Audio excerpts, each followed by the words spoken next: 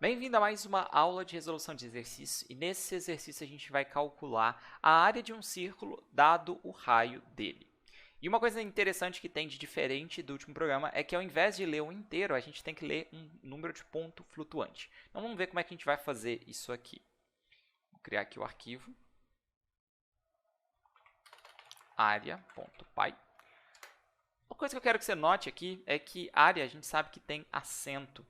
E apesar de dar certo você colocar acento em nomes de arquivos, isso não é a coisa mais amigável, principalmente se você pretende internacionalizar seu projeto, você pretende colocar ele no GitHub, você pretende mandar para uma pessoa que pode não estar no computador, que tem o encoding brasileiro, que é o TF8, pode ser que você tenha problemas, tá? Então, assim, a gente tem por prática omitir todos os acentos e todos os espaços também, sempre que possível, dos nomes de arquivos de programas, beleza? Então, o que a gente quer fazer aqui é ler número de ponto flutuante e, em segundo, calcular a área do círculo com esse raio.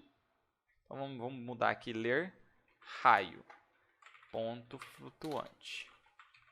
Calcular a área e imprimir a área. Percebe uma coisa aqui, e isso você vai perceber que eu vou fazer sempre. Antes de escrever código, eu estou fazendo uma solução em português. Tá? Eu estou pensando em português o que é que eu vou fazer. Se você tem claro na sua cabeça o que você quer fazer em português, você vai ter mais facilidade para escrever o código. E é por isso que, às vezes, o papel para esboçar suas ideias é muito bom. Nem sempre é muito prático você esboçar tudo em comentários, porque no papel, além de esboçar com palavras, você consegue esboçar com desenhos, com fluxogramas, com diagramas e uma coisa muito mais elaborada do que eu estou fazendo aqui. E quando você elabora essas ideias para você fazer o código, fica muito mais fácil, tá? Além disso, eu espero que você você tenha feito o primeiro programa e também faça esse no papel, o código mesmo, tá? O código completo, para tentar depois copiar para o computador e executar. Quanto mais certo você conseguir fazer essa transcrição, ou seja, e isso não vai acontecer de primeira, pode ter certeza, mas com quanto mais precisão você conseguir, ou seja, quanto mais certo tiver o código no papel, melhor internalizado vão estar os comandos na sua cabeça e você vai ter muito mais facilidade para lembrar de tudo e para programar no futuro.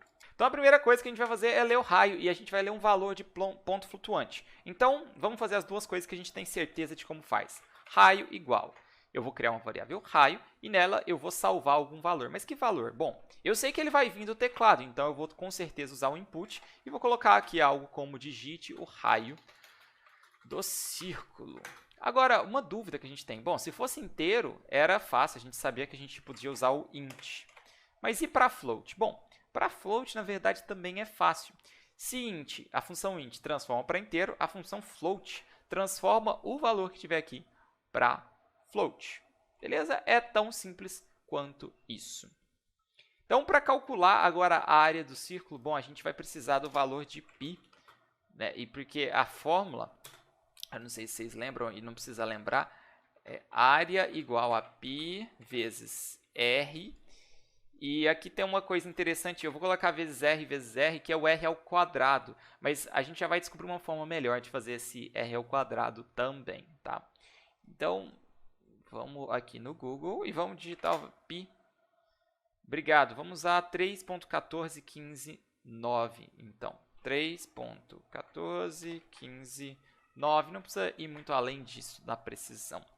E a área, então, é π vezes o raio, vezes o raio. Bom, para elevar um número, e na verdade aqui é raio, né, ao invés de só r.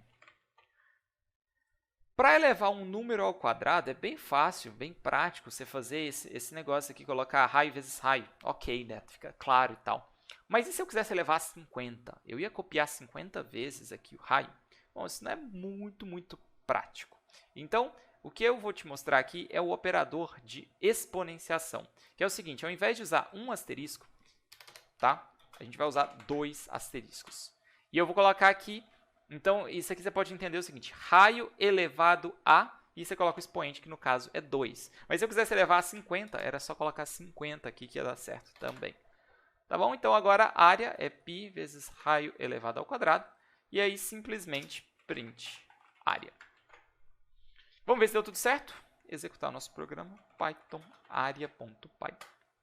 E eu vou digitar área, o raio 2. E eu já sabia, eu já tinha feito uma calculadorazinha ali para testar, que o raio vai dar 12,56. E a gente tem até uma precisão aqui de 3 casas a mais, beleza?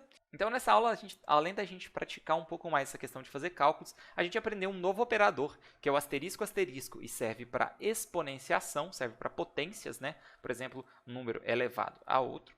E além disso, também a gente aprendeu a ler números de ponto flutuante do teclado. Por essa aula é isso. Se você tiver qualquer dúvida, deixe aqui nos comentários e até a próxima.